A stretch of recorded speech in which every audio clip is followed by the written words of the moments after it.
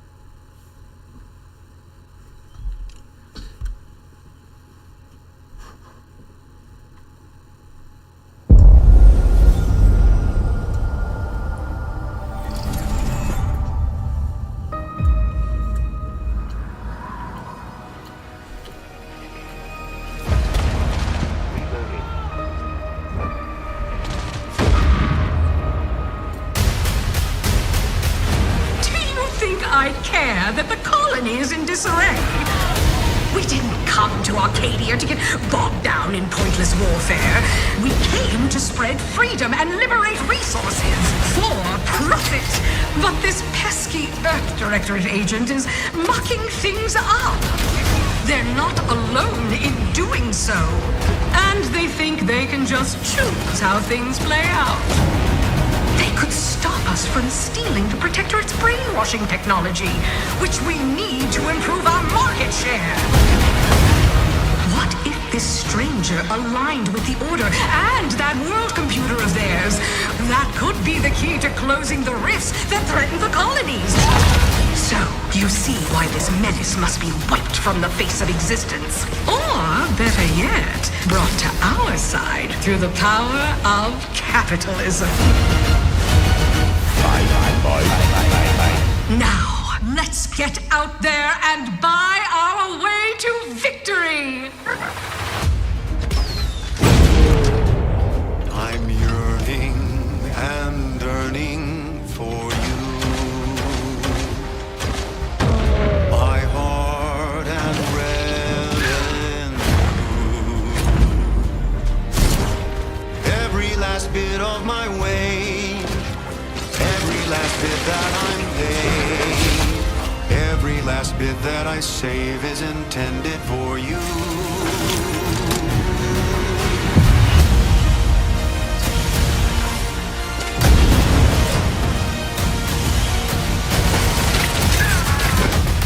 Although the cost may be high, one day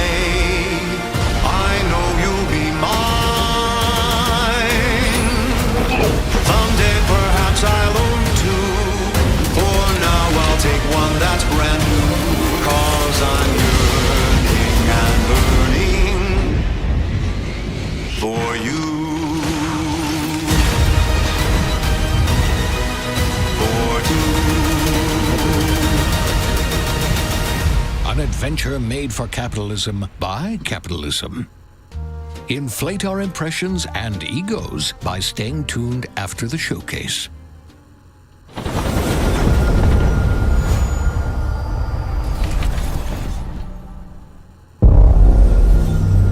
World premiere. Babe, what's wrong?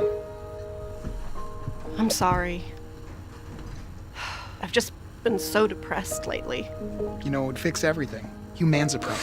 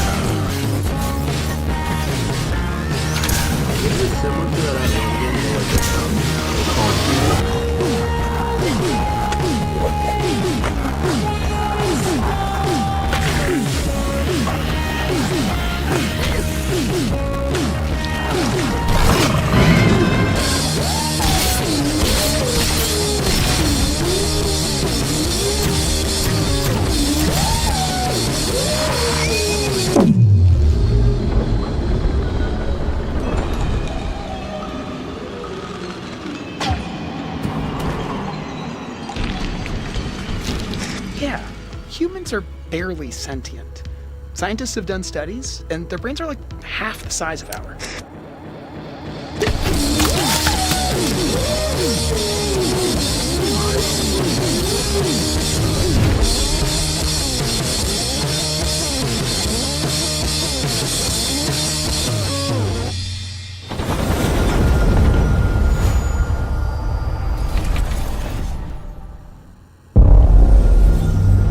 World premiere.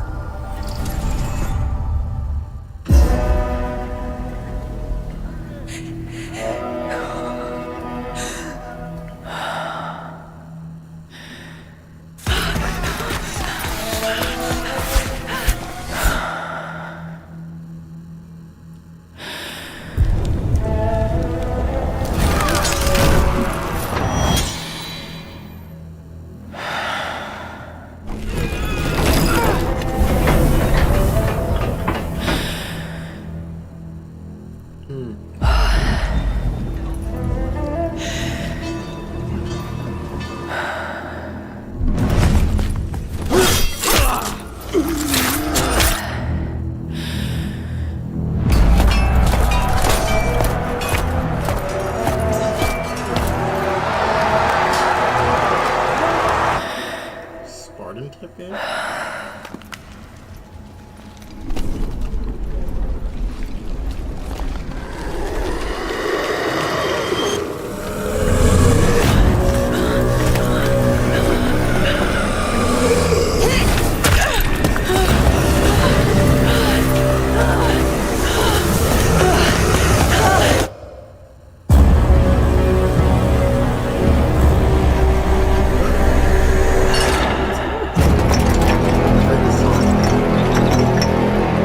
Plague Tale Legacy.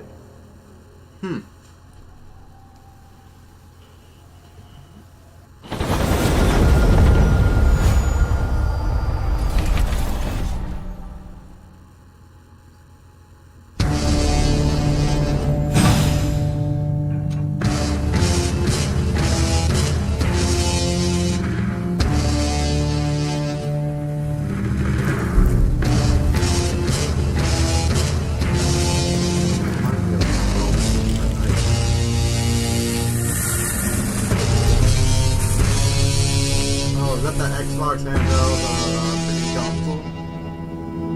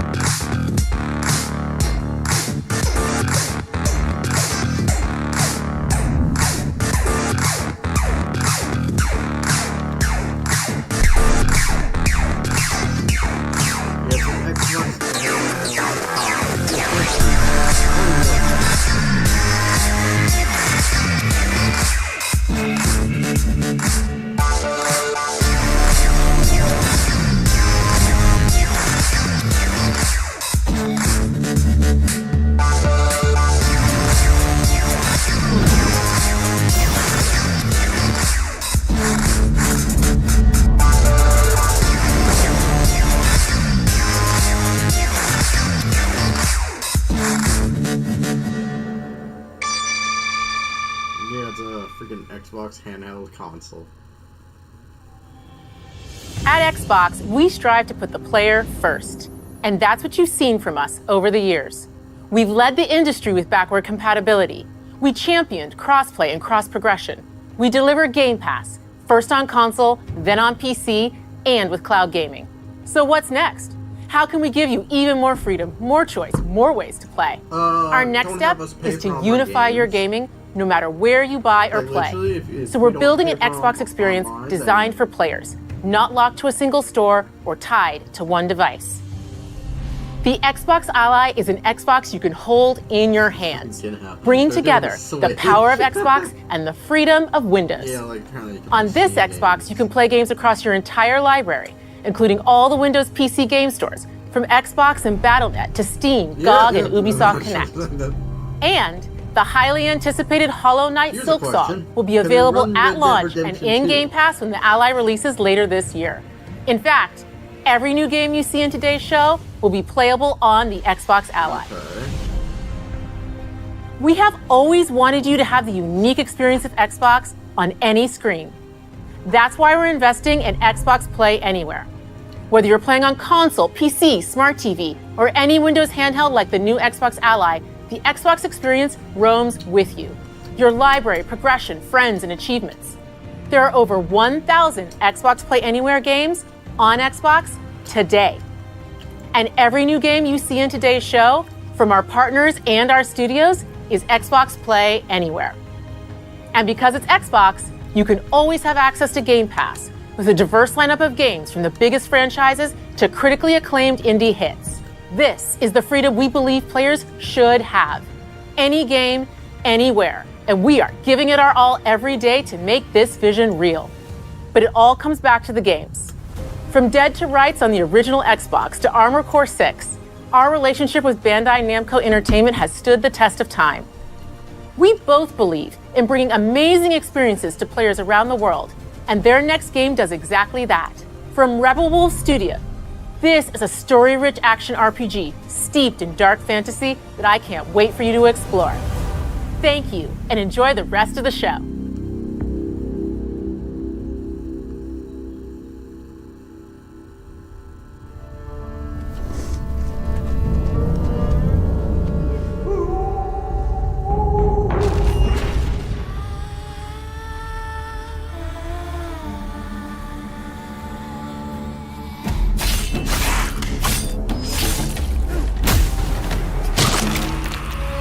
Monsters have always been here, watching from the shadows. And when we were at our weakest, they came out into the light. We feared for our lives, but we should have feared for our souls instead.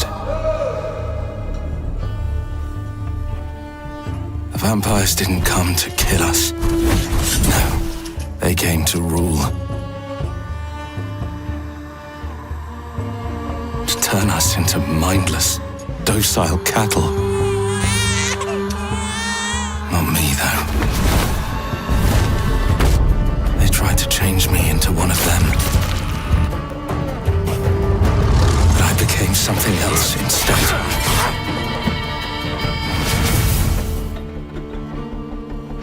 Their worst nightmare.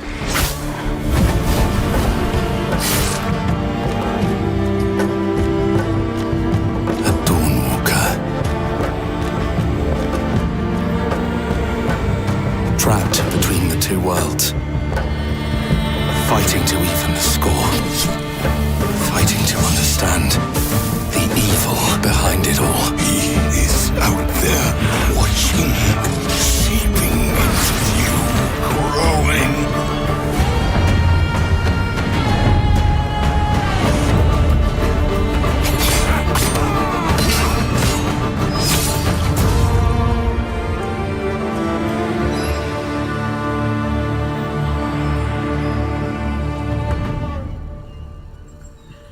Okay.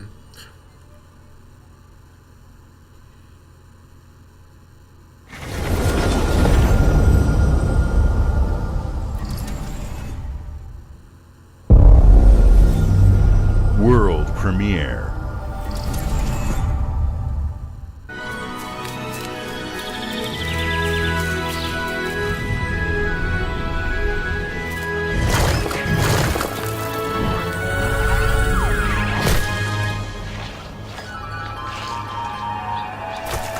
What is this?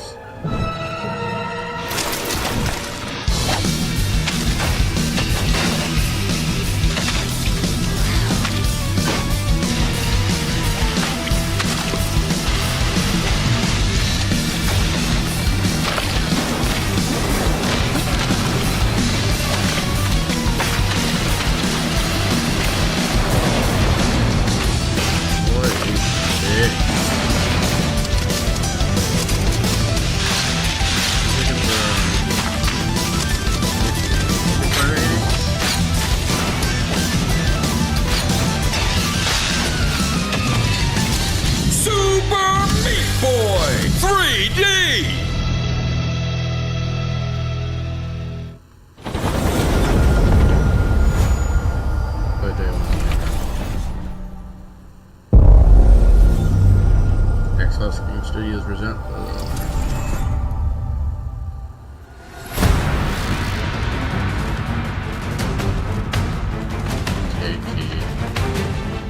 Watch your back, Yakumo. You're a wanted criminal now. I'll kill the Dark Dragon myself. It's my mission. My duty as a Raven Ninja.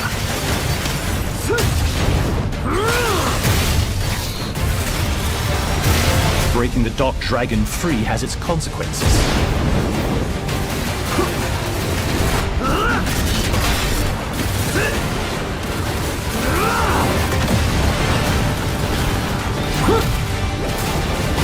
This is it. Sayori. Ryu, there's something I need your help with.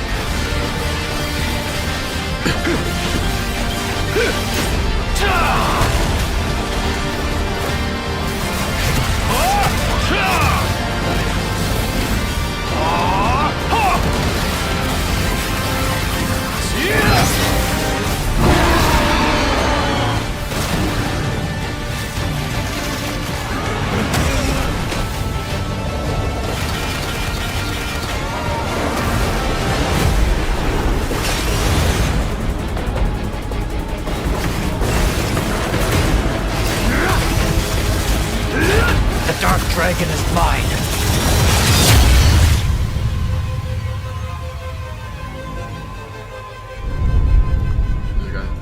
October 21st this year.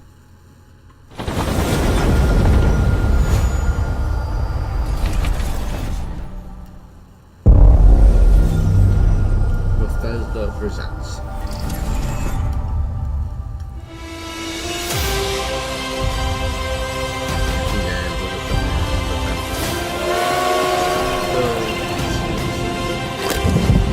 Here we go.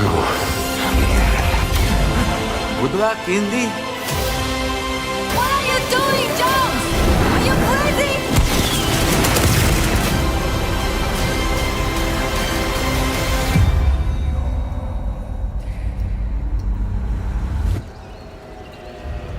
This is where it starts.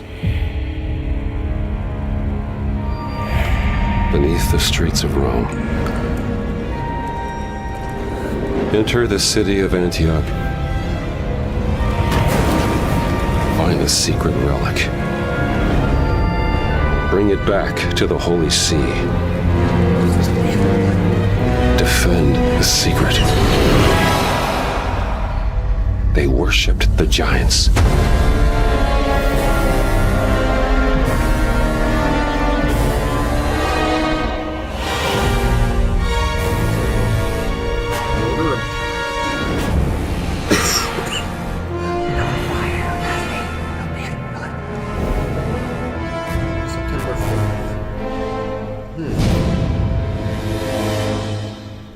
That's DLC.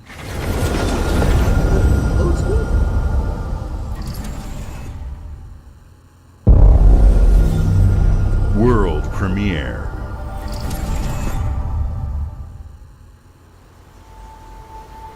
はるか昔、この国に輪廻の獣が現れた。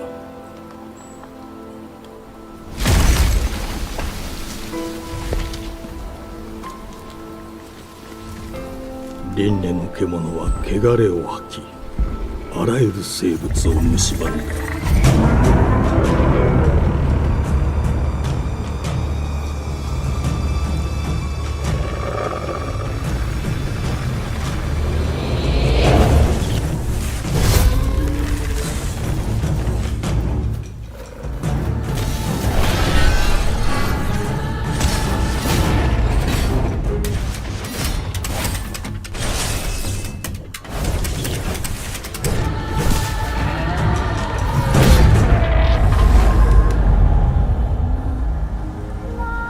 西暦4026年、人類は滅亡を待つのみ。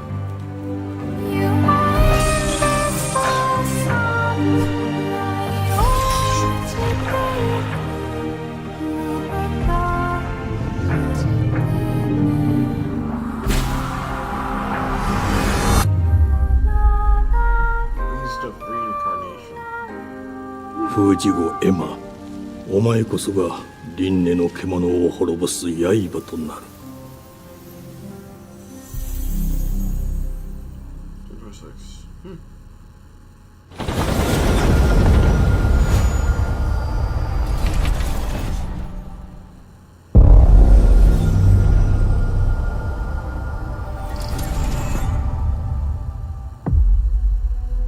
The glittering streets of Avalon sure do shine, because they sweep their filth down to us.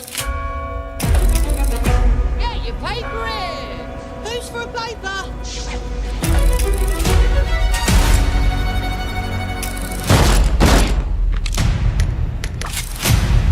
Here's to playing in the mud.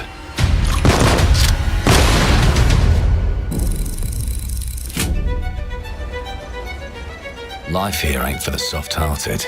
You will be paying me back until you fucking rust. It ain't for the spineless. To keep your filthy pickers off me!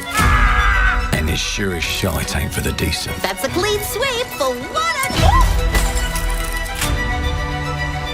There has been a crime! Justice itself has been affronted! I have been burgled!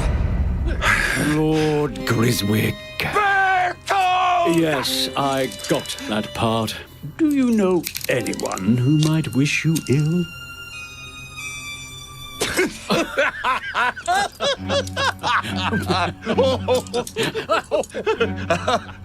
We can't arrest and question everyone. Let's see if we can narrow the suspects down a bit.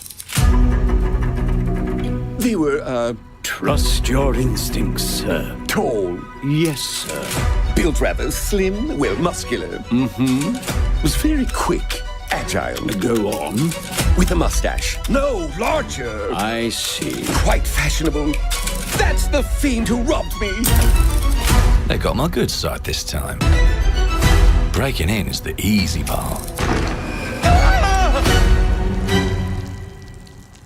Your brandy, sir. Getting away with it is the real trick.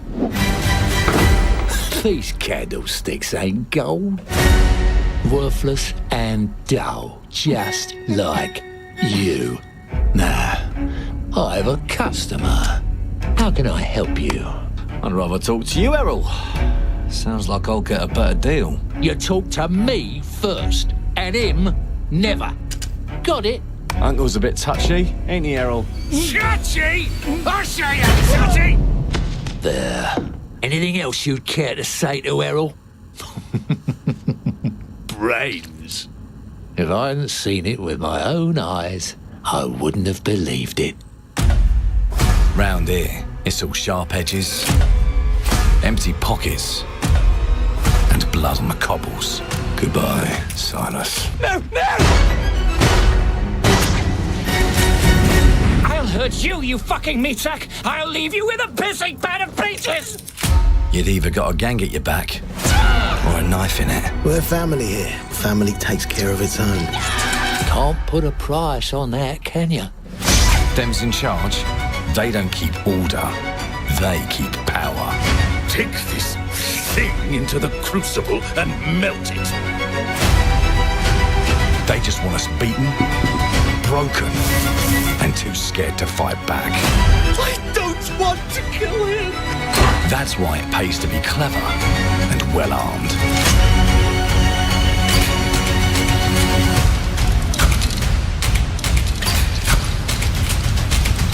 Let's go and end a few arguments.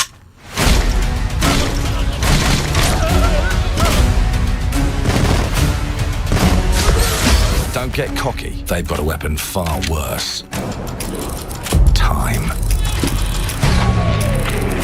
And if they can rewrite history, they can rewrite us. But look who just found Mummy's keys. Now I can fiddle with time. Put the bullet back in the barrel. Bring the chaos to a crawl. Take a mistake and make it like it never happened. We can change the world as we know it. one choice at a time. And I can even go back and change the past to change the future. And let me tell ya, the hunters don't like it when the rabbits got the gun.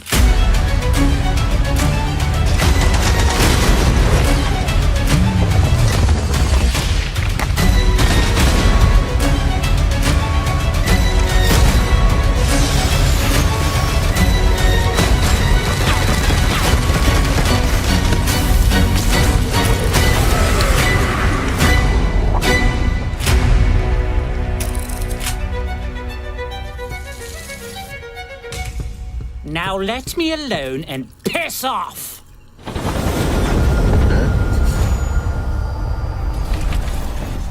Interesting premise.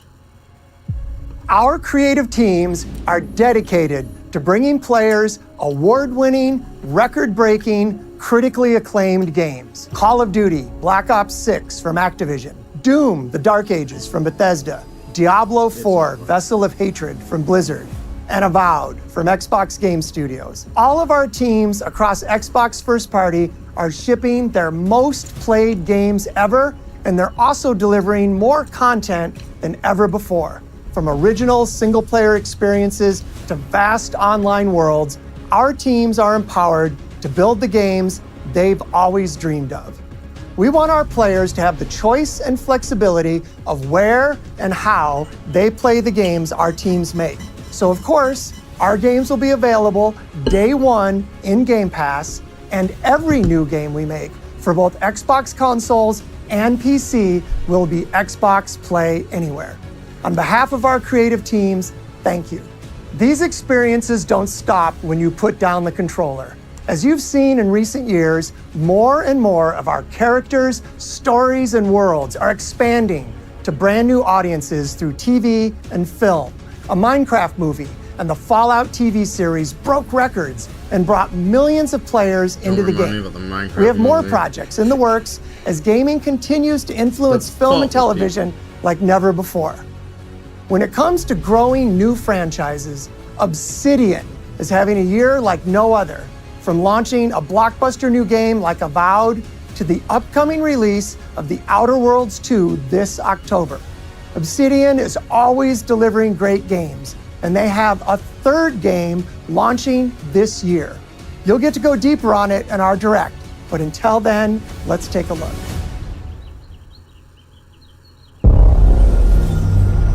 World premiere. Xbox Game Studios. I told you, you can't run from me, you foul beast! No!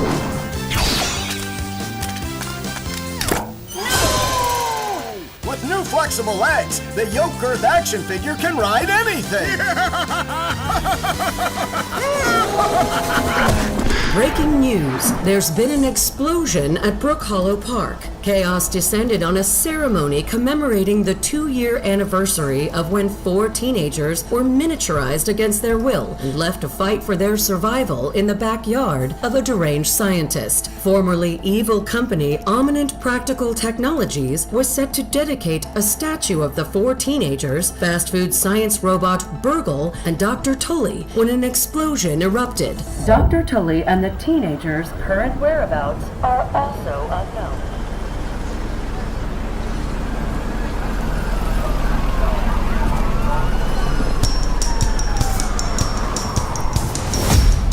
You gotta keep them separated.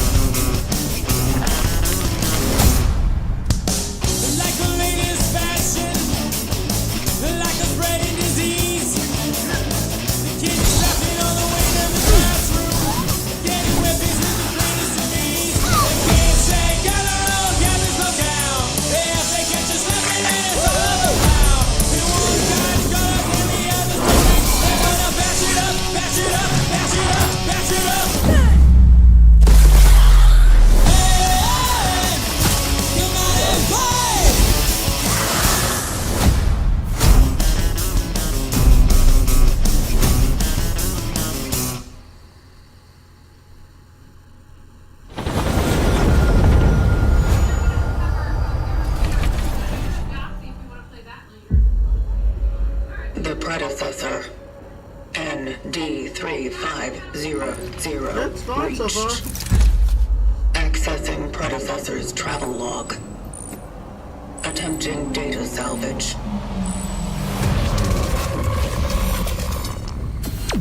I have encountered an unprecedented orphan.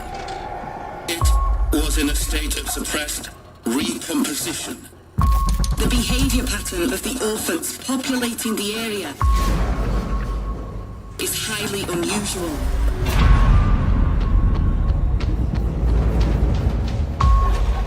They become exceptionally aggressive.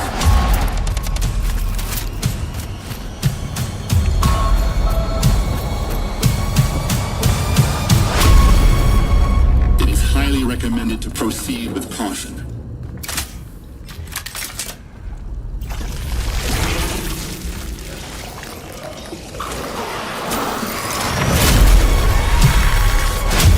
They seem to act more consistently, in coordination.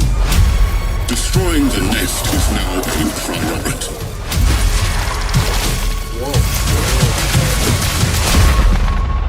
Such is our calling. Such is our calling. Chronos: The New Dawn, Fall 2025. That looks interesting.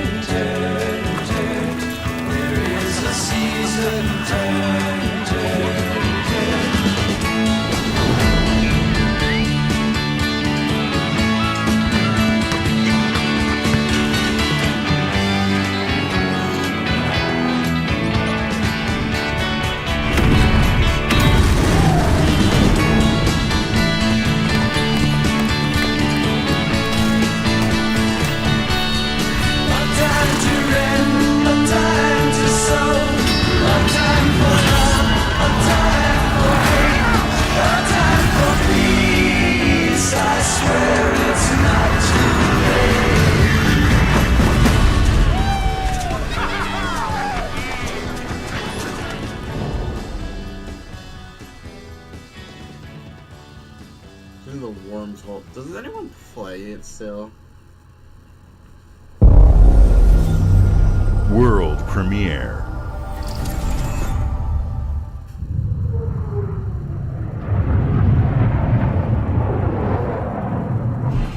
Mayday!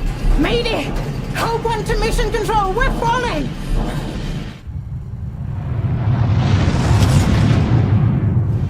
Thomas, the ship's breaking apart! There's no time! Evacuate! Now!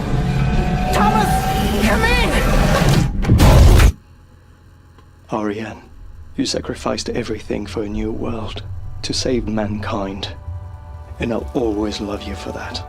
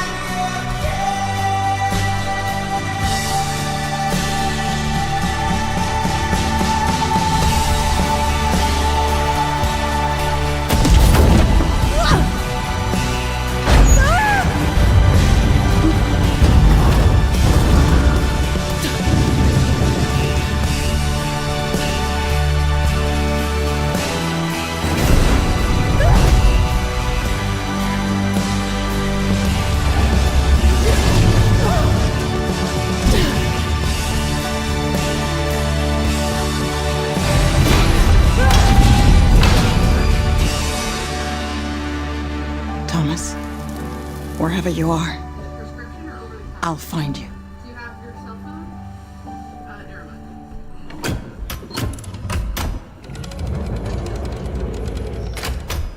Yeah, so what is it? It's just generic.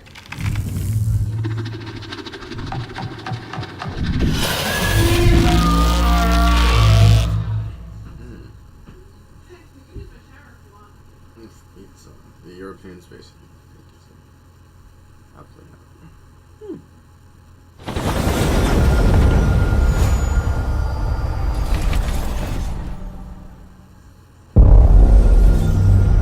World premiere.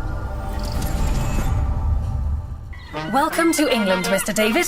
I know this must be a shock, having never met your real father, but he left you this hotel in his will. It's been in your family for generations. Much like the caretaker. He's a little eccentric. You'll see. Let me welcome you to the Grand, a hotel famous across the land. Every room used to be in such high demand.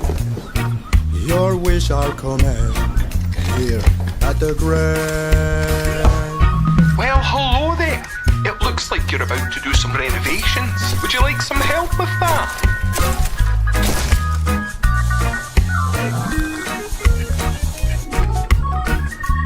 So, my father was renovating the hotel when he disappeared? Not just the hotel. He was helping the entire village. You have his power tools. You know, you could pick up where he left off. You seem like a good man, like he was. I'm in. They don't suspect a thing. Just make sure the locals don't get wind of what you're really up to. Because if they find out, they will wicker man your ass. You keep looking into things, and things are gonna start looking bad. Don't make the same mistake your father made. In this place, the only one you can really trust is me.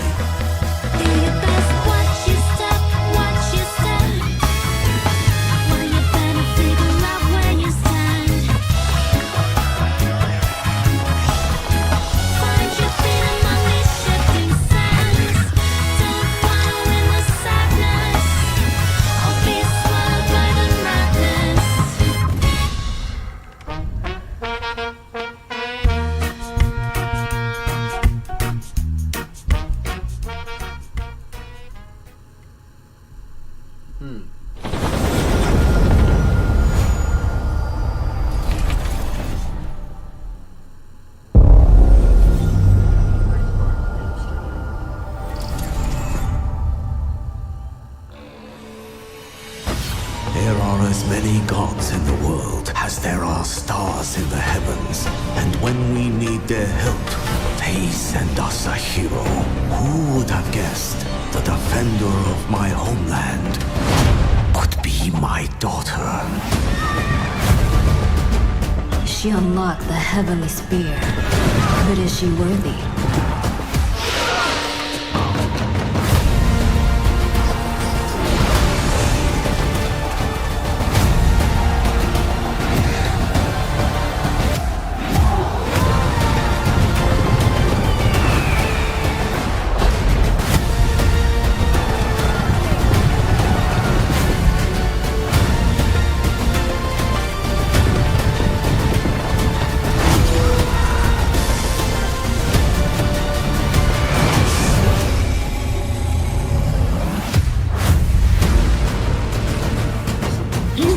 Rule if the heavenly spear is mine.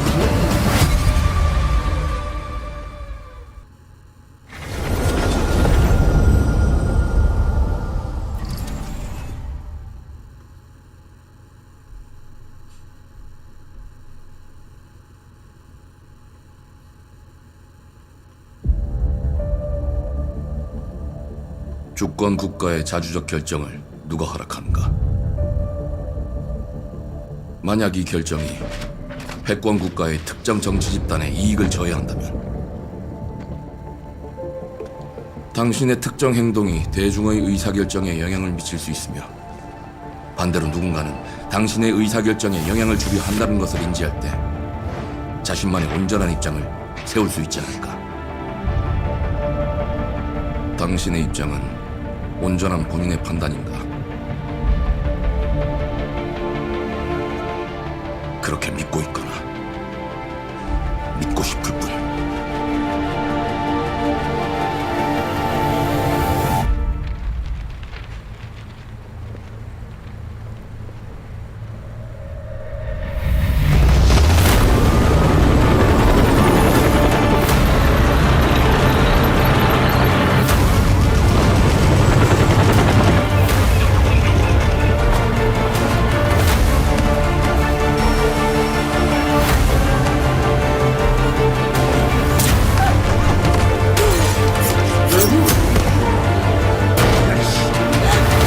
당신은 무엇 때문에 분노하는가?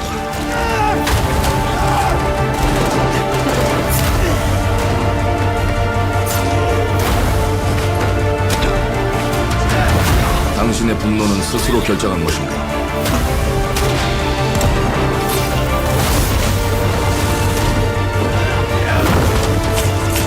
누군가 당신의 분노를 이용한다.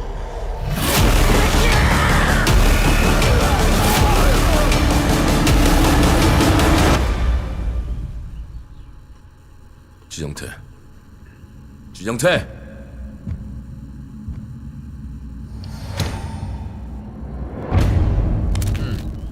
Mundane to Hearth.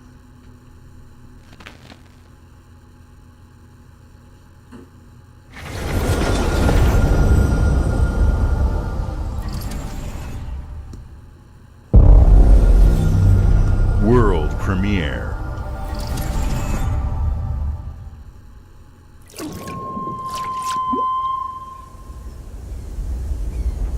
E ora Olaiem loite fativi. Novo. Ilo? Te kemaite mana. Muite unanite waeora. Dia. Novo tua libemo iwa lotaname. Ona otalima di efema. Teonami.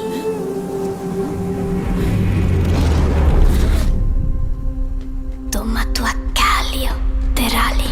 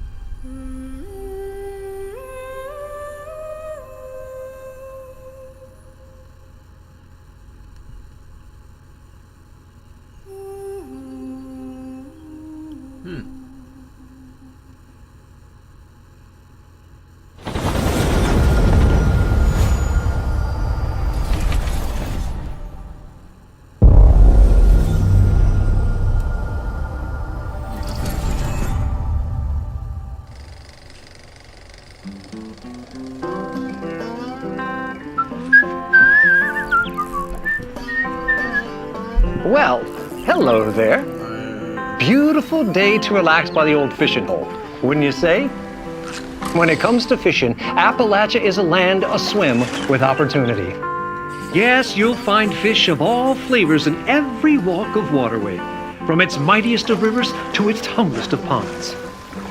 Just step up to the bank, cast your line, and when your bobber starts bobbing, reel in the rewards. What do you got on there, Jed? Worms! And how are they biting today? See for yourself. Bagging the big fish starts with finding the right tools for the job. There are as many unique combinations of rods, reels, bobbers, and baits as there are fish in the sea. And when you've caught your fill, pop over to the local tackle shop to swap fish tails. Can you smell that?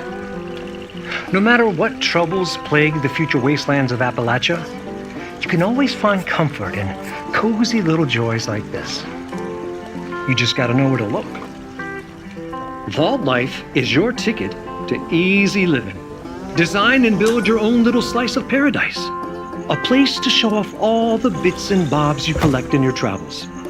Got a green thumb? Plant your own peaceful vegetable garden. And nothing warms the heart like a neighborhood cookout. Community makes a wasteland a waste home. Join today, and tomorrow you'll be kicking back and sharing a meal with friends in beautiful Appalachia.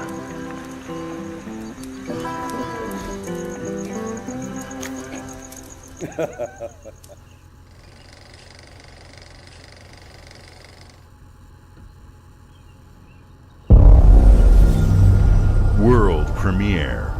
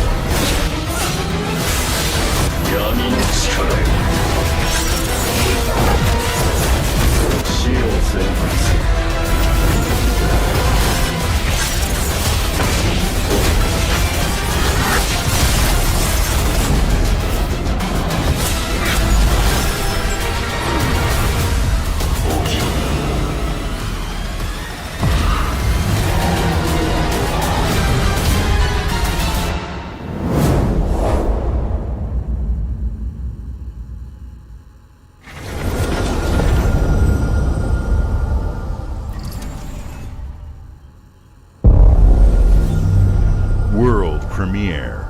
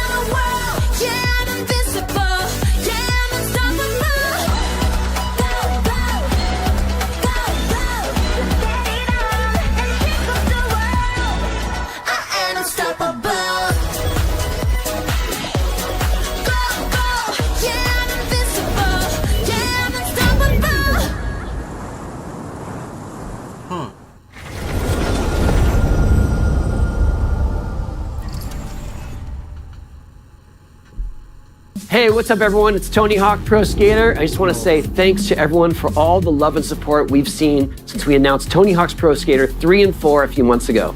These games have changed my life, but more than that, I've seen them help spread a love and appreciation for skating all over the world, and that means everything to me and the team. I can't wait for you all to experience the game.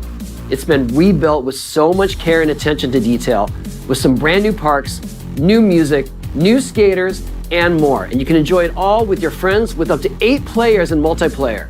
Tony Hawk's Pro Skater 3 and 4 officially drops July 11th, and we have a lot more surprises to come. Check out the launch trailer now.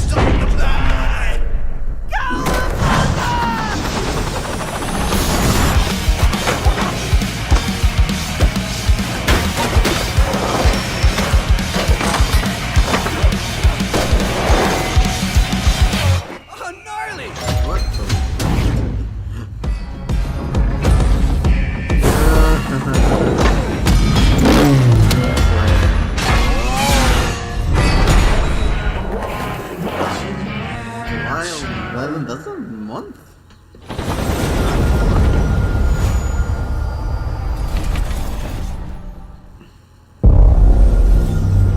World premiere.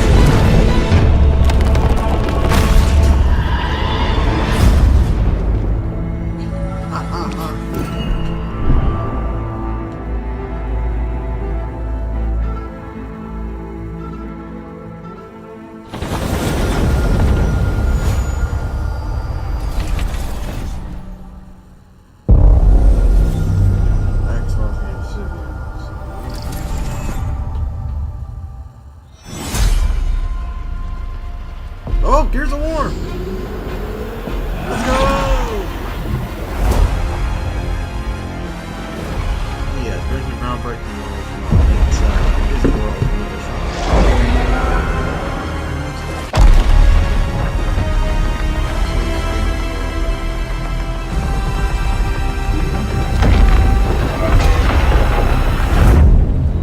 Gears of War is coming to more players than ever before.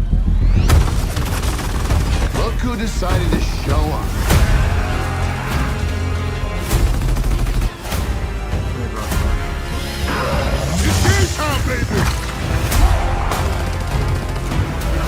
think you can still find your way back home, Phoenix?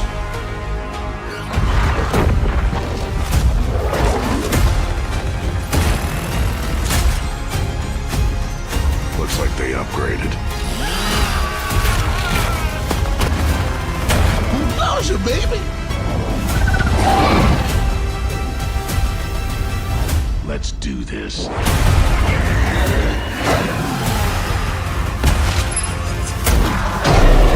This is gonna be awesome.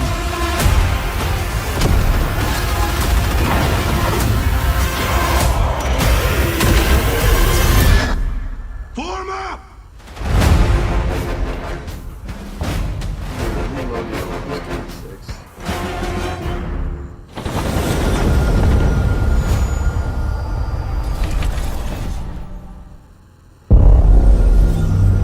World premiere.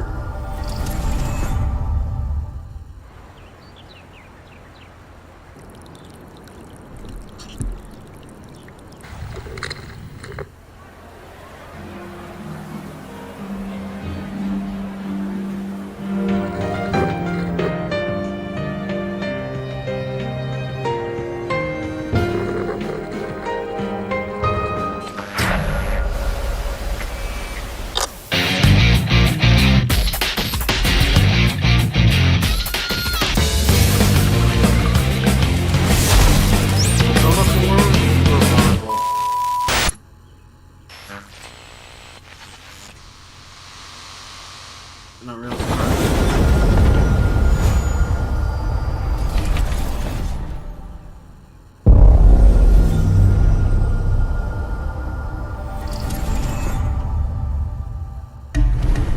The Smugglers League is always there. But you won't see us. You won't hear us. And the only way you'd ever know it is if that's what we wanted. As smugglers, we deal in the goods others are afraid to handle. Guns, explosives. And don't forget the rum. It's a life of danger like no other. So I guess my question is, can you handle that?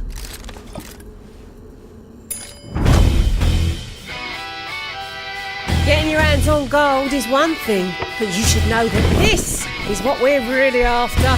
The bigger the boom, the better. Smugglers need to be adaptable. It's more than moving under moonlight and shadows. You should be ready to take advantage of others' misfortune.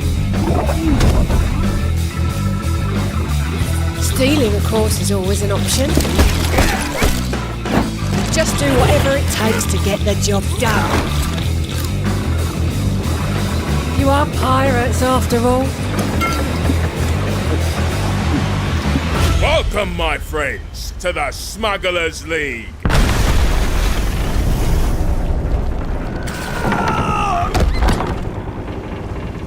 You're paying for that.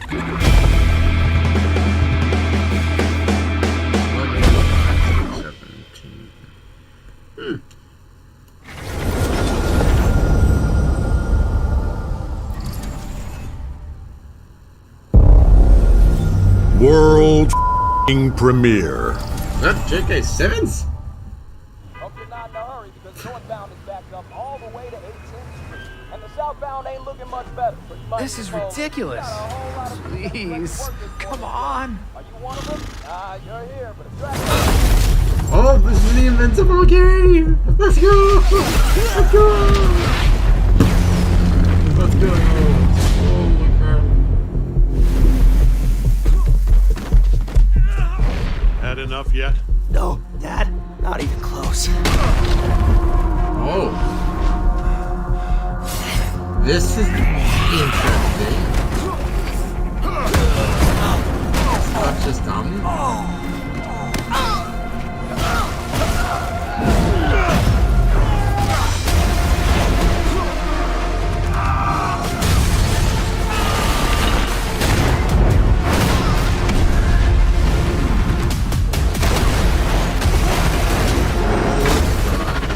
I hoped you'd understand why I had to do this.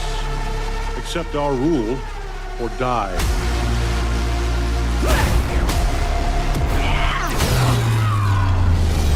I'd like to propose a third option.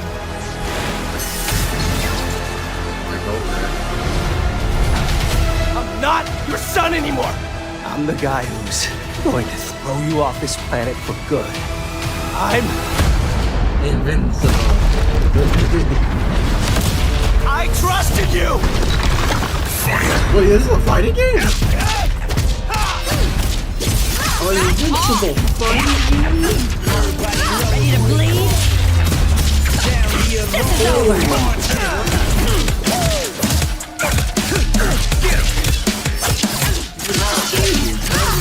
All right, coming through. Let's do this! Gotcha! Going up. Come here. Need a hand? Might want to look up. See how you like this? It's an army! I am ending you. I see it all now.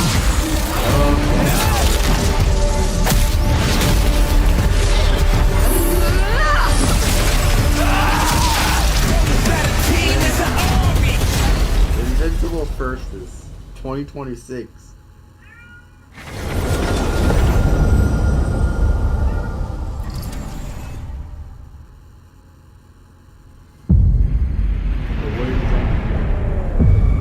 Oh, Square Enix? Yes! Yes, is this part 3? Is this part 3? Or is this a Switch 2 part? It must be the Switch 2.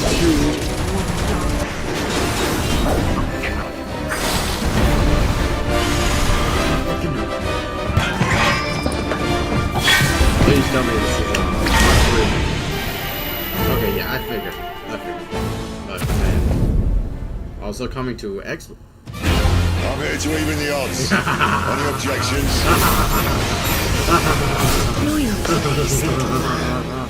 There's no one to save him now. Will answer for what you've done! The flames are on, and thank God has won. Come to me, Ifrit!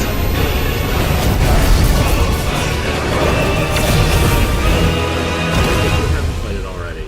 Go play. Valisthea cannot endure a second claim upon her being, but she may be saved by you.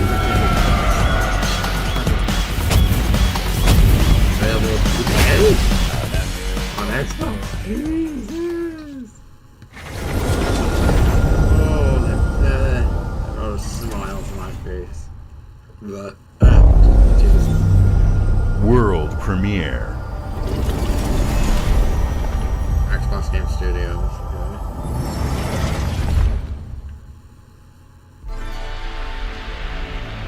Double Fine.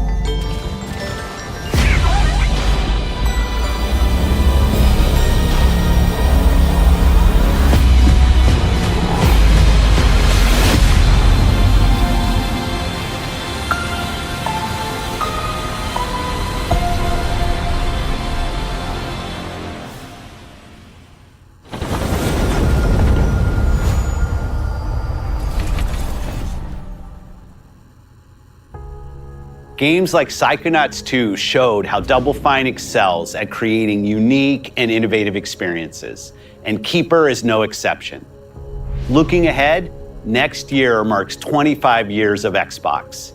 It's a big milestone for the platform and franchises that you helped build and make popular. We couldn't have done this without everyone who's been with us on this journey.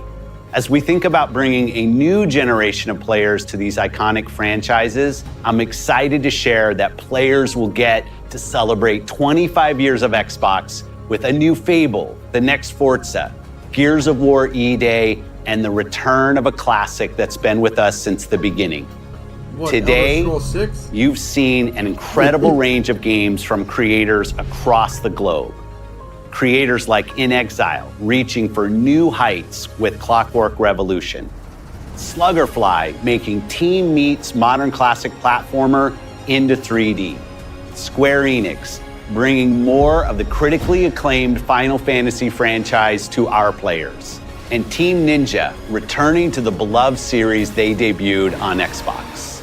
You've also seen the next Xbox hardware release, our Xbox Ally handheld, which lets you bring your Xbox experience and your library with you anywhere. I hope you enjoyed the breadth and depth of the games, updates, and experiences that are coming to Xbox from our partners and our own creative teams. We're seeing more players on our platform and in our games than ever, thanks to all of you. We're proud of the creativity that Obsidian is delivering this year. Immediately after Showcase, our Direct begins, where you'll go inside the studio for an extended look at The Outer Worlds 2 and Grounded 2. Thanks for joining us today. But before we get into the Direct, we have a final world premiere. Enjoy. Oh, it's just gonna be Elder Scrolls 6, or actually gonna learn some stuff. World premiere.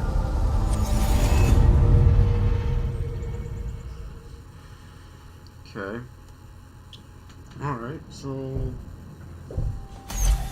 Welcome to the Guild. We have been expecting you. Please, follow me. You already know us as a global tech leader. Our software, our systems, combined with our skilled team, is designed to save lives. Your years of service have shown you the importance of our work. Here, you'll witness the global scope of that mission in action. Let me introduce you to our esteemed visionary.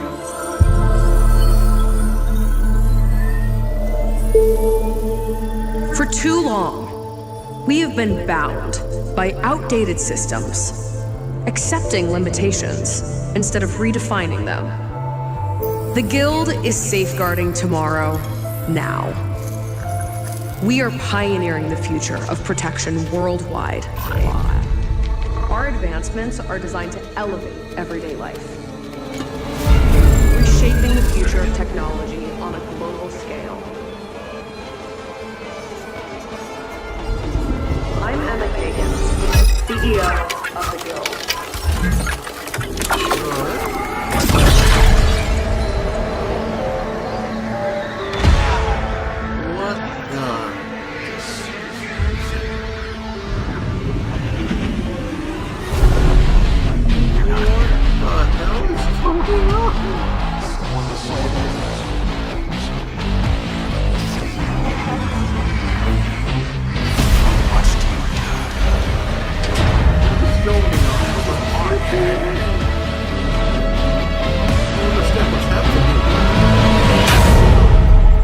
What is this?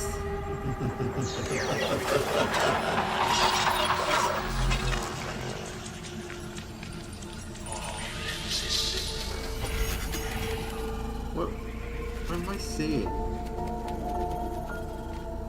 Fear is a powerful thing.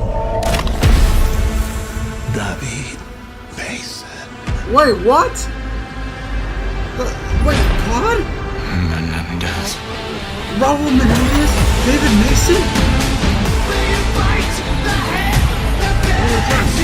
doing a Black Ops 2 sequel. Black Ops 7. There's something next to it. This is coming. It's gonna be a sequel to Black Ops 2 in the future now. So like, we probably like futuristic art.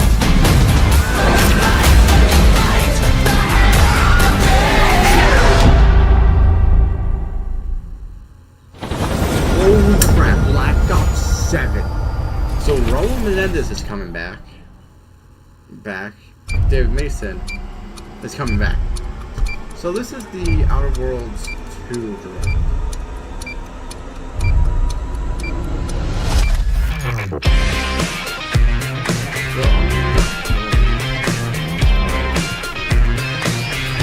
Holy crap.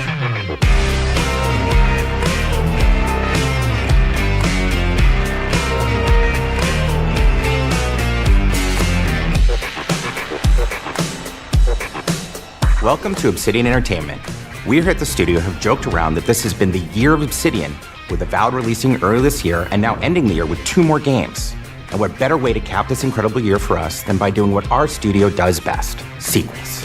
That's where I come in. You can get out of here, Fergus. Thank you so much. No, you're doing great. You nailed it. The sequel is the lifeblood of every great franchise. Think about it. The original creates the world and builds fandom, but the sequel, that's what makes it worth remembering. No sequel, no hoverboard. No sequel, no dual SMGs. No sequel, no Raccoon Tail. No sequel, no Zune 2. Which doesn't really exist, but I wish it had. There was a Zune 2. There was? There was a Zune 2? That. I'm Mark, the head of sequels here at Obsidian, and I have sequelized everything. Blockbuster movies to AAA video games to my first marriage, so trust me, I know what I'm doing. Come along on this journey with me. Part 2.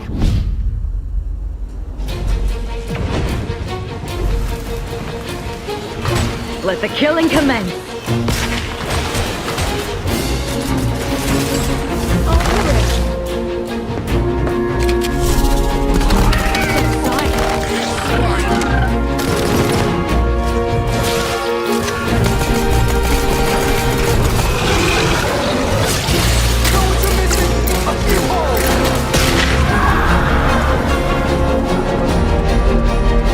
The Outer Worlds 2 is a sequel to The Outer Worlds 1. It's a continuation of the themes of robber barons in space and how people are controlled by the stories they're told by the people who have power over them. This time we're able to go a lot deeper because we have more time and money, which is a great thing, and we're able to make it a much more true Obsidian reactive RPG than we were the first time around. So we're going deeper and more complex with everything for this sequel. Deeper story, lore, RPG interactions, reactivity, all the things we've been known for as a company. It's really a complete realization of everything people want from an Obsidian game. Surprisingly, this is the first time in over 25 years that I've had the chance to do a full sequel for a world that I helped co-create.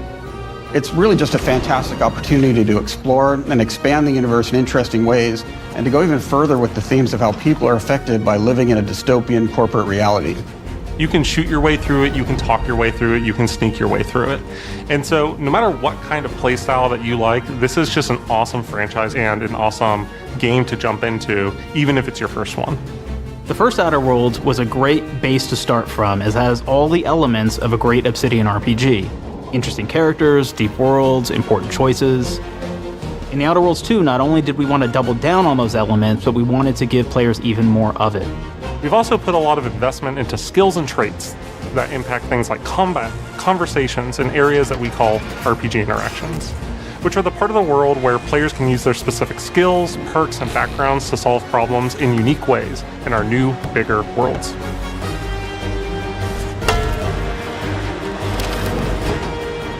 I love a deep RPG experience, and building out that RPG crunchiness for our players was at the forefront of what we set out to create. We prioritize those deeper RPG options with different character builds and combos so players can express their role-playing power fantasies. We also have different equipment options for different playstyles and different companions with different abilities.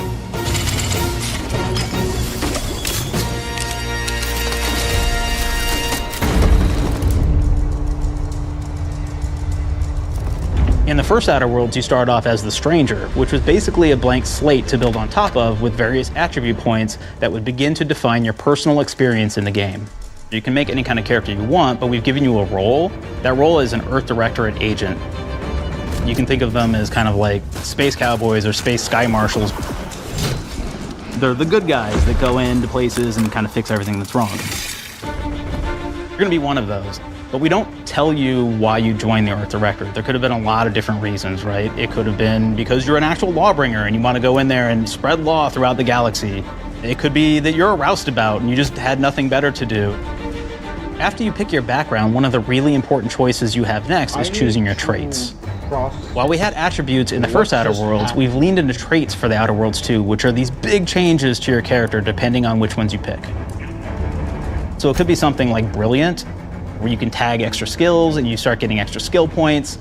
And that's obviously really great if that's how you want to build your character. You can also go and do something like Lucky, where you get extra critical chance, and you also get a lot of really cool options throughout the game as well. Of course, we brought back Dumb, so players love the Dumb option. Tell me, do you believe in signs? So, for Black Ops 7, 2035, so... Quite what I meant, but I like your contempt for boundaries. I could put your adventurous spirit to good use. And you get like lots of really cool, fun conversation options in the game, but we took that even further. And again, there's lots of elements in the game where you can be dumb and use that for something. Could be something as simple as banging on a machine to get it to work. After you've invested in some of your traits, your next choices are going to be choosing your skills. The skills themselves basically allow you to build on your playstyle and what your character is doing in the game. That will be everything from playing stealthily to speccing for an explosive specialty. Oh my god, man.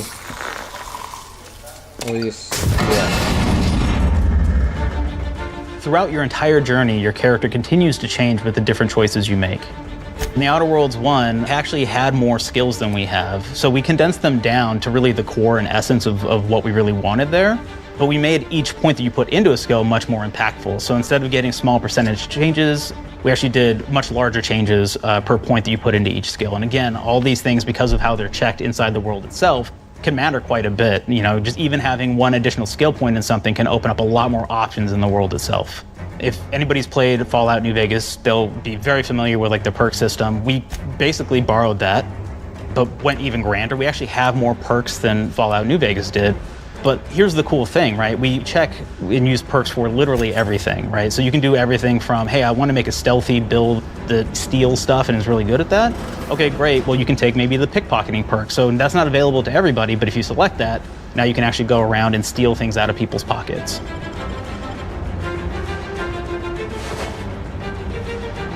There's another perk called Heavy-Handed, right? Where say you're a melee person, what this does is now your power attacks that you use actually knock people down.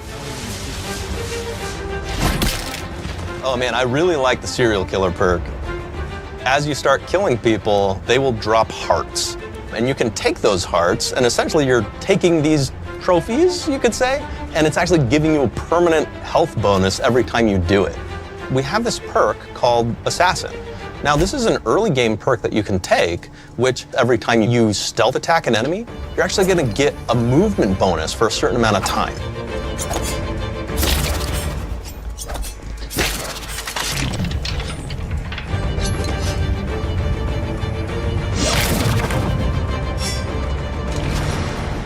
Flaws were a system that everybody loved from the first game, but we wanted to make it more personal to the player. We wanted it to really reflect how you were playing the game and give you a bonus that you actually wanted to really engage with. With the flaw system returning, we knew we needed to go bigger, better, and more real than ever before. So, we turned to the team. I told them, no bad ideas. Give me what you got. Okay, we need more flaws. We need them to be real. I want to put them in the game, so give me something. Inspiration. What's wrong with you? Oh, I have bad knees. You have bad knees? They hurt when you walk a lot? Yes. When you walk too much, they hurt? No cartilage. Sounds boring. Makes you sound like a boring person, but it's in the game. I know it. It's a good flaw. What about you? I like to take small things sometimes. So you're stealing? No, I'm taking. When do you give them back? I don't. Claire? Yeah, you shouldn't be stealing. What are you doing? You shouldn't be stealing, Claire. Tiny crimes. Tiny crimes? Do you hear the second part, though? It's a crime. Well, You're stealing. Claire, that's wrong. You can't steal things, okay? But it's an amazing flaw, and I'm putting it in the game. But you're a bad person. And are you the one that took my stapler? do you need it? Yeah. Give it back. Okay. Please. You, what do we got? Flaw. I like to stare at the sun. How long did you stare at the sun? Just lunch break. An hour? Oh, I only get 30. You guys get an hour? I get an hour. Oh. Makes me feel energized. How many fingers am I hold up? 3? No. Anything else? We'll put it in the game. We'll put it in the game because I feel bad for you. Anything else? One of my favorite flaws is something called bad knees. It will actually give you the option to take this flaw that'll make it so that you move faster throughout the game. But the problem is, anytime you stand up, your knees are going to make a loud popping noise that makes it so that, well, everyone around you is going to hear you. There's one called Kleptomaniac. This is really interesting because what it does is when you steal something, you can actually sell it for more bits than normal. And like that sounds really great. The drawback is sometimes when you're looking at things in the world that are owned by somebody else, you'll automatically steal them. So you have to be very careful about how you use them. One of our more wacky perks is the Sun Gazer Flaw, and it just gives everyone cataracts while playing their game. So everything becomes like light shafts and blooms and hazes, and makes the game pretty unplayable if you happen to choose that perk. If you happen to be the type of player that habitually reloads your weapons like I do, well, you'll be offered the flaw of over-prepared. Now, you'll get larger magazine sizes on all of your weapons, but if you ever fully empty your magazine, you're gonna take a debuff for a while. While we support options like being a gunslinger who wants to key into destructive weapons, or a rogue who wants to alpha strike their enemies before they know what hit them, we also allow for a lot of fun and experimental builds. You can be a mad scientist who utilizes gadgets and wacky science weapons and armors, or even a psychopath who gains permanent bonuses to health by murdering their friends. Nothing shows the impact of these character build options better than, in my opinion, the bridge area, which has a quest you get early on in Paradise Island.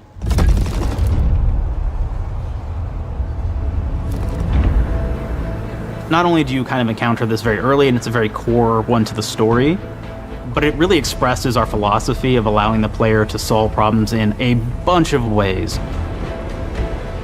So you may solve it by, speech options. You may talk to them and maybe have to go do a quest for them and really kind of prove that you're a friend of the Protectorate to get by.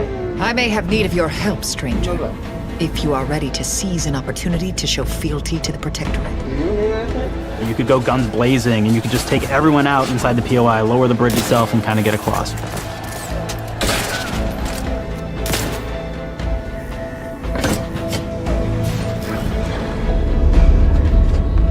You could sneak in, lower the bridge, and then actually sneak in under the bridge to get over to the other side.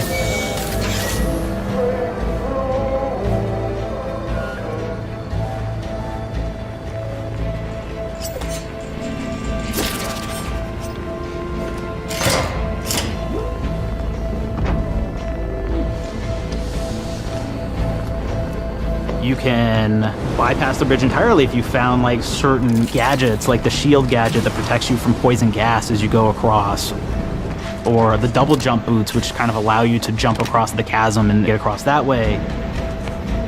There's even a really kind of messed up way, right? Which is players can actually sacrifice one of their companions. Their companion who they just found is part of. We're no different than the Breeze if we start tossing our own to the rats. I sure as law ain't gonna follow someone who can't see the wrong in it. I must admit, I'm surprised we could come to an understanding. But I thank you for your loyalty, stranger. As promised, you shall have clearance to cross this bridge. It's such a fun quest, but again, it really showcases that we want you to be able to solve this in whatever way you want to. When you build your character your way, we're there for you. We really want you to have the experience that you want to have out of this.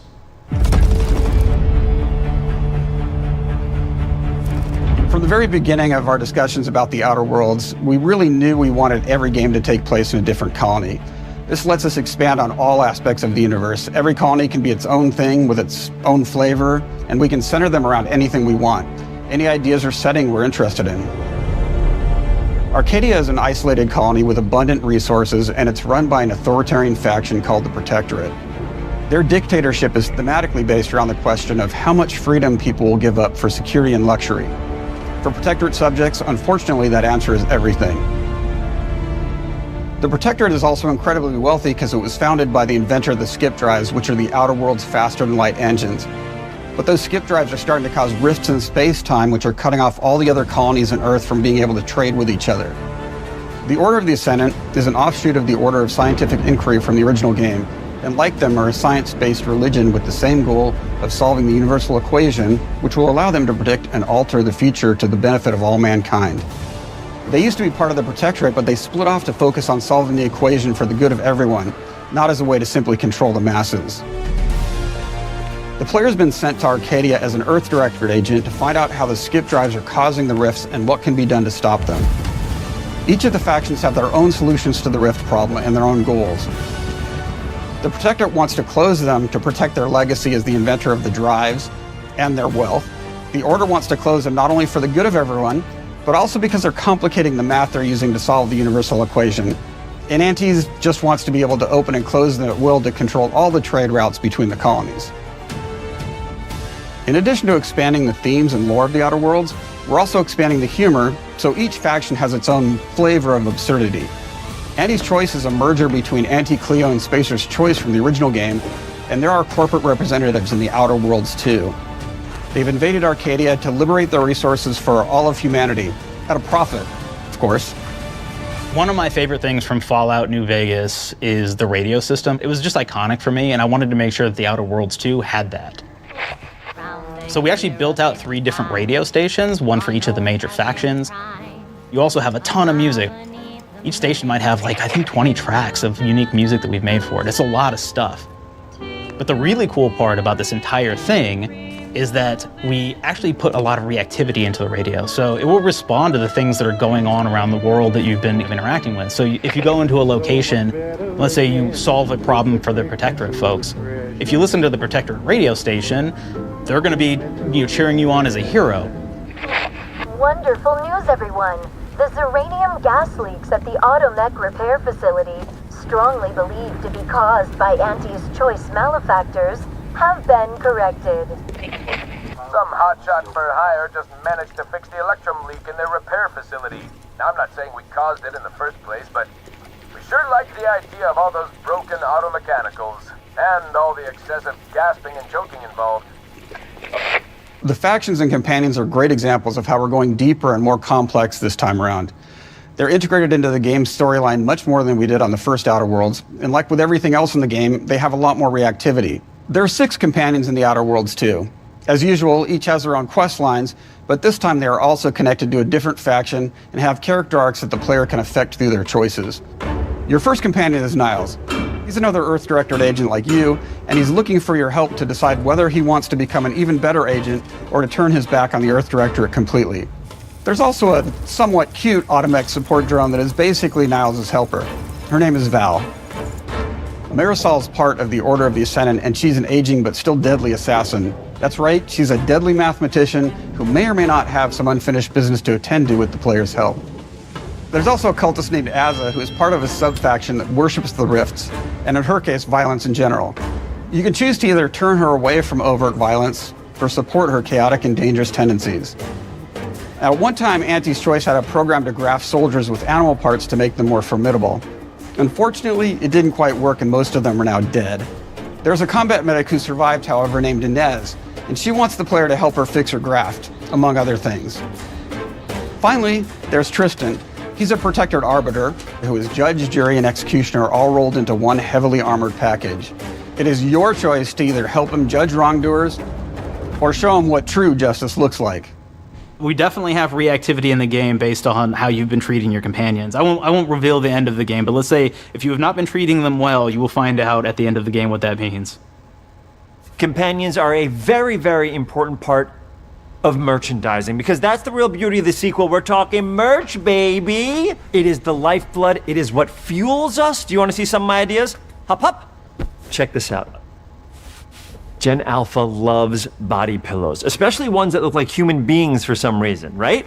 Who needs a significant other when you could have a knife-wielding space psycho up in your sheets, huh? What do they do with them when they get them, huh? Maybe a little napping, maybe a little snuggling, maybe a little nah. The visuals of the first Outer Worlds depicted a frontier colony in space. The Outer Worlds 2 is driven by an invasion of the Arcadia colony system by Anti's Choice, which shifts the visuals to be more reminiscent of a World War I-like setting in space. That evolution is seen across all aspects of the game, starting with the factions.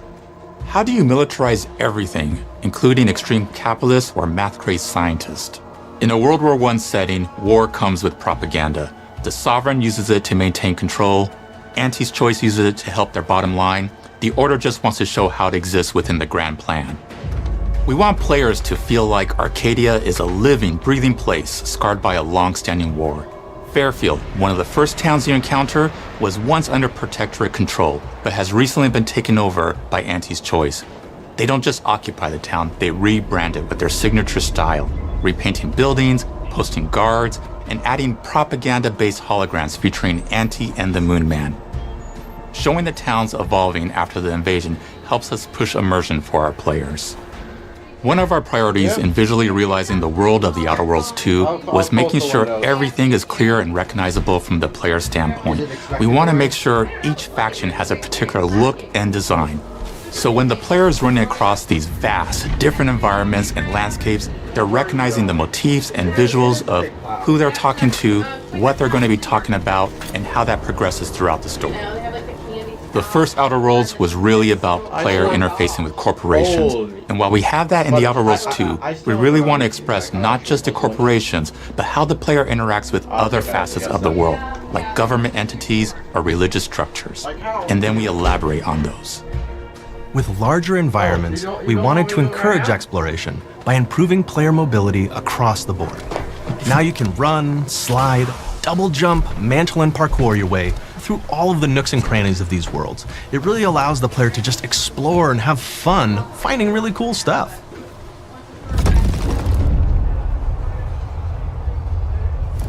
We've aimed to make everything in the Outer Worlds 2 better from top to bottom. The RPG elements were the start, but that's touched our story, our art, and especially our gameplay.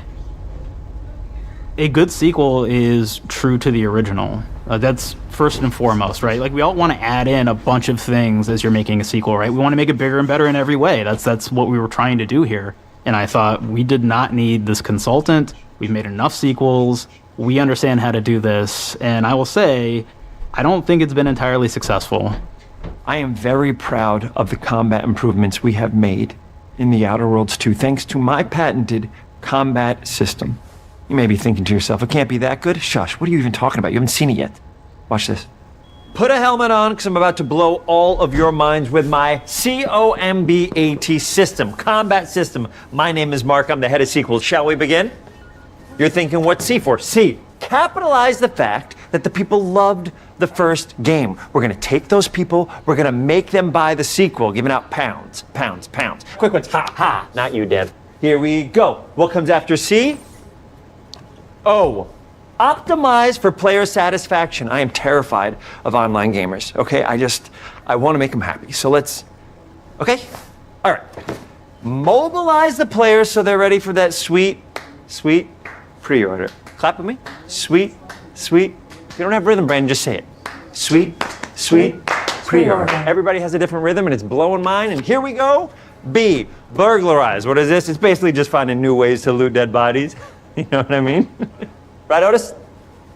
Okay, well, it's a big part of the game. A, you gotta agonize about how many people are gonna be angry that we have just put so much combat into this thing and almost no romance at all. We should look at ourselves. What is wrong with us? Huh? We can't have one love story in this? How many people have been in love? Raise your hands. Raise your hand if you're in love. Okay, are you lying? I have a wife. Put your hand down. T, toi. In French, that means two, sequel. I think that means 3. Okay, you're getting ahead of yourself. Come on, Claire. We're on 2. And how do we end it? Anything is possible. And we've established that we're the best there is, and there's no sequel better than us. And if I could just say one more thing, Thank you very much. I know I've kind of changed the world of video games today. For The Outer Worlds 2, we wanted to improve gunplay in every way. We focused on improving the feel of each weapon, the way a weapon snaps into ADS, the way recoil feels when firing, and how impactful our sound effects really sell the weapon's fantasy, to things like how a unique reload animation can add a lot of character to each weapon. We've increased the variety of weapons by including new weapon types, but also through a host of fun and unique weaponry. We have things like the Borscht Blaster that fires out tumors that can explode like grenades, or can even be eaten by the player for additional health. We have a weapon called Rookie's Reward that will actually level up the more you use it throughout the game. And every time it levels up, it's got fun fanfare where it's like shooting out confetti and it's got a fun little setup. We have a really fun weapon called the Pop-Up Gun. It fires out ad drones that will distract your enemies with corporate ads, slogans, and jingles. While your enemies are distracted, you can focus fire on them or explode these drones for additional damage. New to The Outer Worlds 2 are throwables. So you can use frag grenades to flush out enemies, smoke grenades to camouflage and escape, distraction devices to bait enemies into a stealth attack,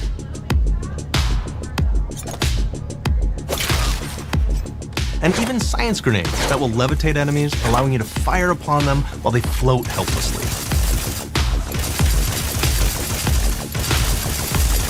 And of course, science weapons are back. We have returning favorites, like the Shrink Ray.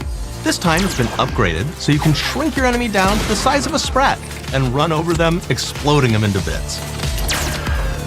The Shrink Ray, that was probably my favorite one from the first game, so we brought it into the second game, but we improved it though. So instead of shrinking your enemies for a short period of time and having them re-expand, this time they stay shrunk, and we actually added in the ability to step on them and kind of squish them and kick them, because we knew that that was the player fantasy. We knew that's what everybody wanted to do. They wanted to step on the enemies, they wanted to kick them, so we made sure to double down on that stuff.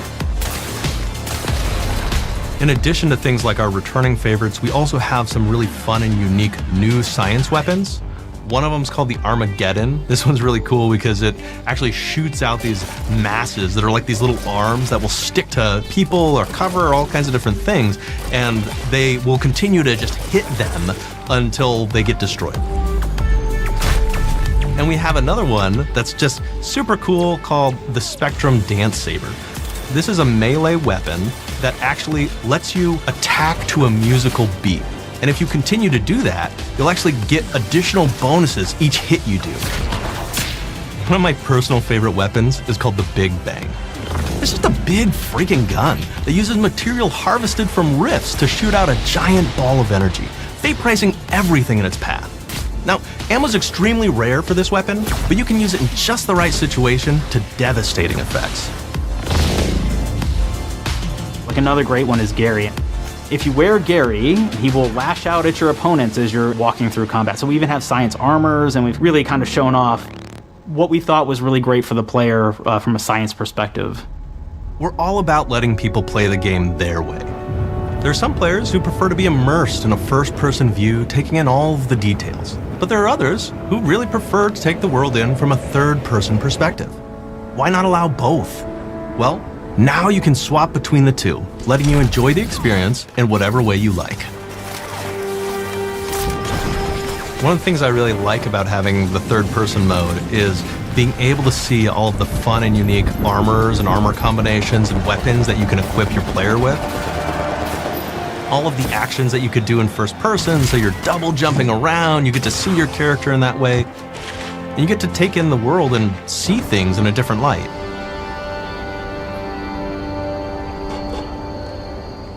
The Outer Worlds 2 is really the biggest game we've ever made. Bigger choices, more reactivity, more weapons, more things to find in each of the worlds the players can visit. The team has done incredible work bringing The Outer Worlds 2 to life, and we can't wait for you to play it. Even though we've always been a multi-project studio, this is going to be the first time we've ever released 3 games in 1 year. It feels amazing to do. We're so excited for more people to be playing our games. It is truly an exciting time here at Obsidian. We're exploring worlds big and small while expanding on franchises that we've created, and we have no plans to slow down. We hope you all continue to come along with us as we do what we do best, make your worlds your way.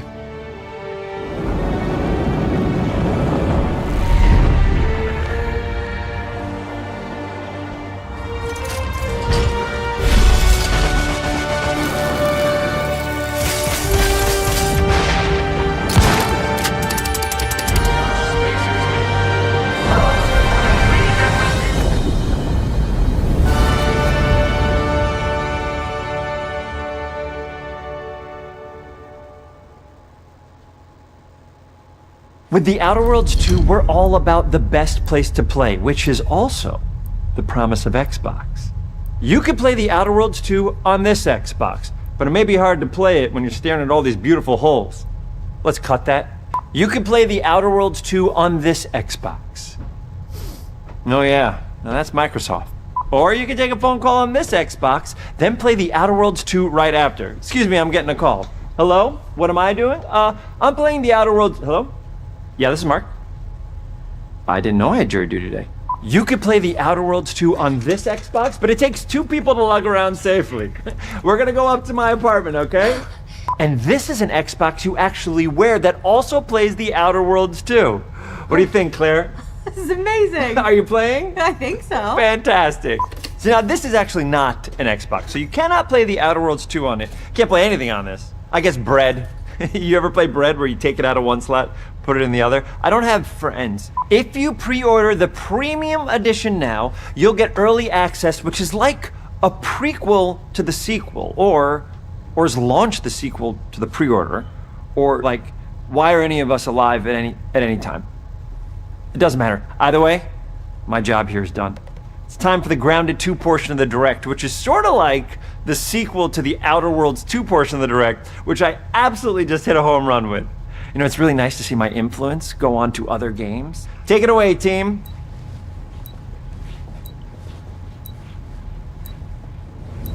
And big exit.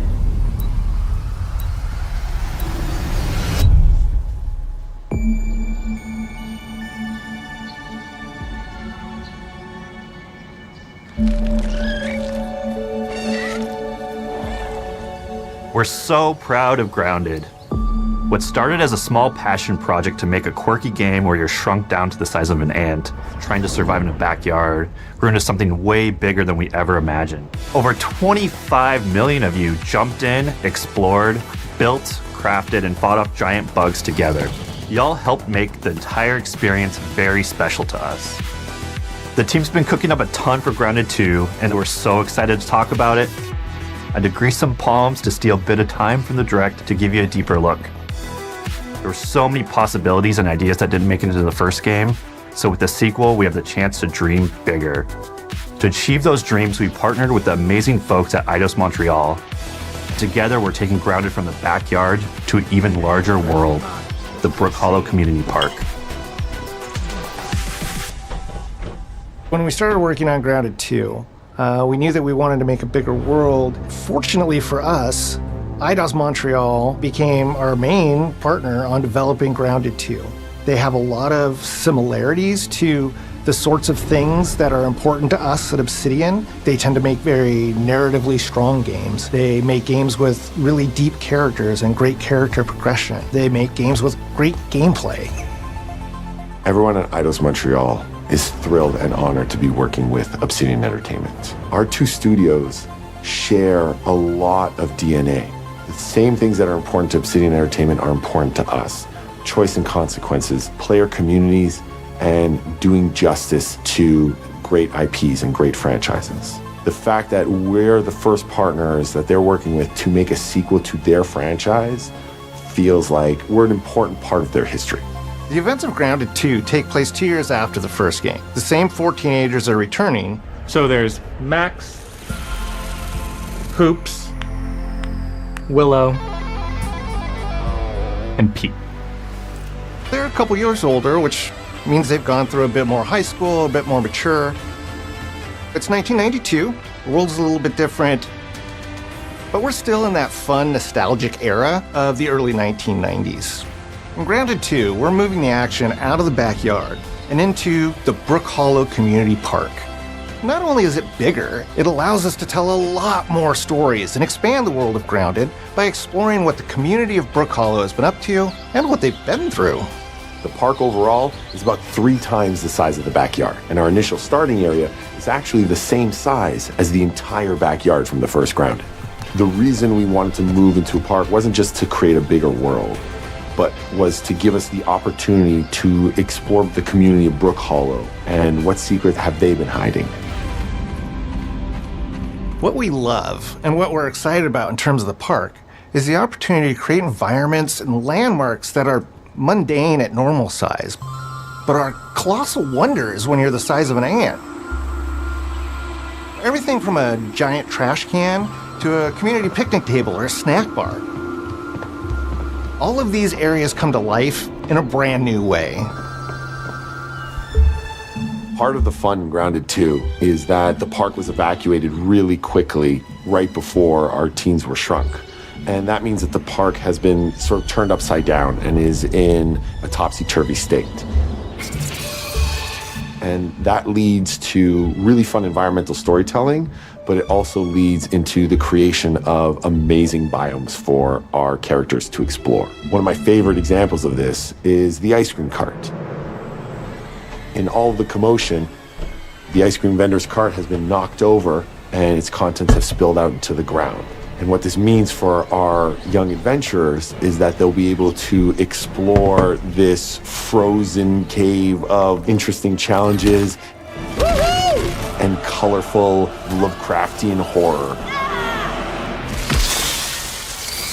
We have one anthill that's actually somebody decided to bury a bunch of toxic stuff in the park. And so there's all these toxic chemicals underground. The environment, it looks very cool and very spooky with all of these sort of chemical pools. And of course, nothing can live down there except for one type of insect, the cockroach.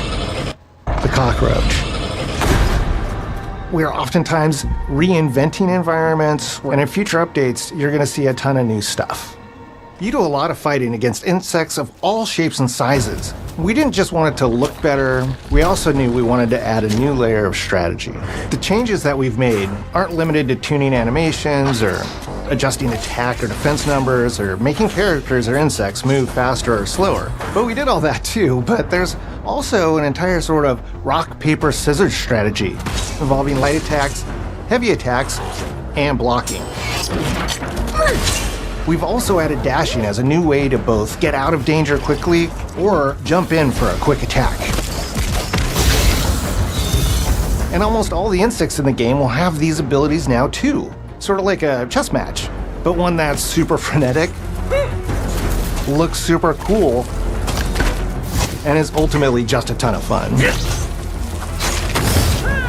We're leaning into clear playstyles for tanky warriors, low defense, high damage rogues, effect-wielding mages, and ranged hunters. In the first Grounded, we have mutations, and there were weapons and armors that favored different playstyles. In Grounded 2, not only will there be passive mutations, but there will also be active mutations. And a lot of those mutations support these archetypes. My favorite way to play pretty much any game is chasing after those game-breaking builds. And that's why I'm so excited for what we're doing with archetypes in Grounded 2. I'm all in on the rogue. Now, you can even dual-wield daggers. I've been dialing in this glass cannon build that stacks ambush, assassin, and cardiofan mutations with the wolfbane daggers and the wolf spider armor. It lets me open up combat with massive backstab damage that also inflicts venom. Then, I can use the extra stamina to reposition and try to dodge, rinse, and repeat. It's high risk, high reward, and absolute chaos in all the best way. I'm looking forward to seeing what wild combos the community comes up with and what they inevitably break once they get their hands on the archetype system. It's going to be awesome watching it evolve with player feedback and watching us try to keep up with all of your game-breaking builds. One of the great things about Grounded is the variety of players it attracts, from builders to crafters and everything in between. If you've ever watched me on Casually Grounded livestream, you'd know that I'm neither. I am a murderer of insects. Personally, I prefer the term harvester. I love going out, hitting things, and bringing the materials like insect body parts back to my friends to use. This way, we keep progressing and playing together. We're also trying to make sure that armor and equipment are easily understood by the player, especially when they're playing co-op with their friends. It was really, really important for us to deliver on all of that for the bigger space and experience, because that was the only way we could truly support the feature the community has been asking for since the very first Grounded release: mounts. Our mounts, we call them buggies, have an entire suite of moves and have their own special abilities and attacks. We really wanted the buggies to be an extension of the player in every way possible. And that meant making sure that buggies had unique and valuable abilities across all the core pillars of Grounded. So that doesn't just mean exploration and travel. That has gameplay implications for combat, crafting, and building as well. Just like how we wanted to expand on player playstyles throughout the game, we're going to make sure that every buggy that we add has its own personality. The Red Ant Soldier can enlist up to 2 Red Ant workers to follow you around and help you out. If you get into combat and you don't want to fight while you're saddled on your buggy, you can jump off and they'll fight right alongside you and provide support. The Orbweaver buggies are a little less useful when it comes to general utility like building a base or harvesting, but they're awesome when it comes to combat. Sure, their defenses aren't super strong, but they're heavy hitters. They're also super fast and they have some great special abilities, like a scream that allows them to stun lesser-powered insects, and the ability to shoot webs and entangle other creatures. So the Orbweavers won't be your base-building buggy. You should use the Red Ant Soldier for that. But they're super fun for exploration and combat. Red Ant Soldiers and Orbweaver Spiders will be available at Game Preview launch. There will be others in the future, but those are the 2 we're starting with. The connection that our Grounded community has with us is something we want to keep forging with the sequel as we make an even bigger game than the original. Pretty much from day one, we knew we wanted to return to Game Preview for Grounded 2. Sure, it comes with some trade-offs, like the game's not done and it's out to the world. But there's so much value in building it alongside the community. Buggies change how you traverse and navigate the park. What we're doing with Grounded 2 is we're actually keeping zip lines held back so we can see how players engage with buggies, and then we can tweak zip lines to bring them back over time to really complement that buggy experience and make exploring the park far more fun. That kind of feedback loop helped shape the original Grounded, and we wanted to shape the design for Brook Hollow Park, archetypes, buggies, all of it. We also learned a lot from that first time around. One thing that stood out immediately, players blaze through our content, especially the story. That makes sense. Story, characters, world building, that's kind of Obsidian's thing. It's the flavor we bring to the survival genre. So this time, we're starting with a much bigger baseline. There's been an explosion at Brook Hollow Park. Chaos descended on a ceremony commemorating the 2-year anniversary of when 4 teenagers were miniaturized against their will. One of our favorite parts of the first game was watching the community uncover clues and spin up theories. This time around, we're leaning even more into that, and we'll be keeping a close eye on what our players discover and how they interpret it. Because you never know what might inspire us as development moves forward. We really started to hit our groove at the end of Grounded 1. We found that being open about what we were planning and then following through was key to building trust with the community. As a small team, we had to experiment with update pacing and scope, and what we found resonated the most with all of you were bigger, beefier updates, even if it took us a little longer to land. So that's the plan. Larger, more complete updates spaced out just enough so we can take your feedback seriously and make every drop count. You can expect in our big updates, new buggies, new biomes, new building pieces, all the good stuff. And we're launching with a public roadmap so everyone knows what to be excited about in the future. All of us at Obsidian Entertainment and Eidos Montreal are super excited about how close we are to letting all of you players get shrunk a second time and explore the all-new park on buggies in Grounded 2. If you're a returning Grounded player, we're really looking forward to you experiencing all the improvements. If this is your first time getting Tiny, then all I can tell you is that a world with an entirely new perspective and an entirely new feel awaits you in Brook Hollow Park. It's time to ride together and survive together.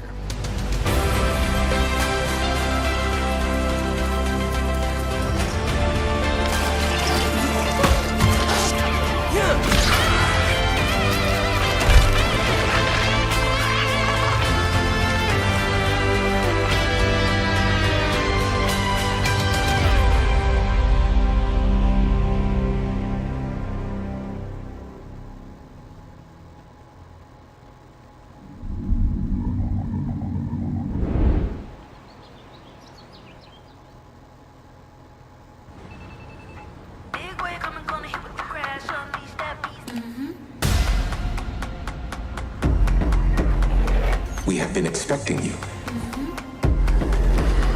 This is where it starts. We can change the world as we know it. Can you handle that? Not bad. Let's do this. I'm in.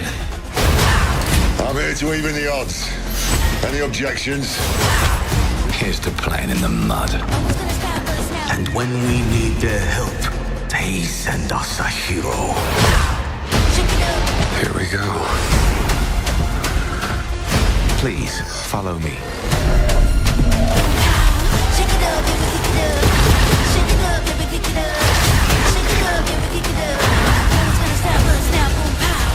Well, hello there.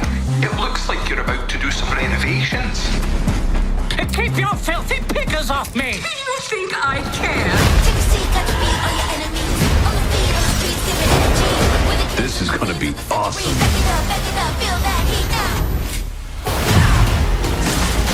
Mayday! Mayday! Hold on to mission control, we're falling!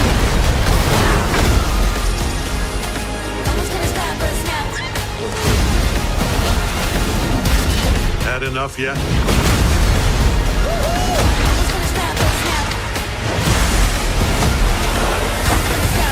Form up!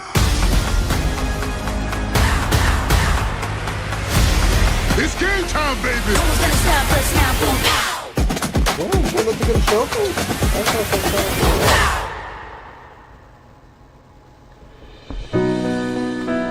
Yeah, I would say that's good. Oh, I did not even notice a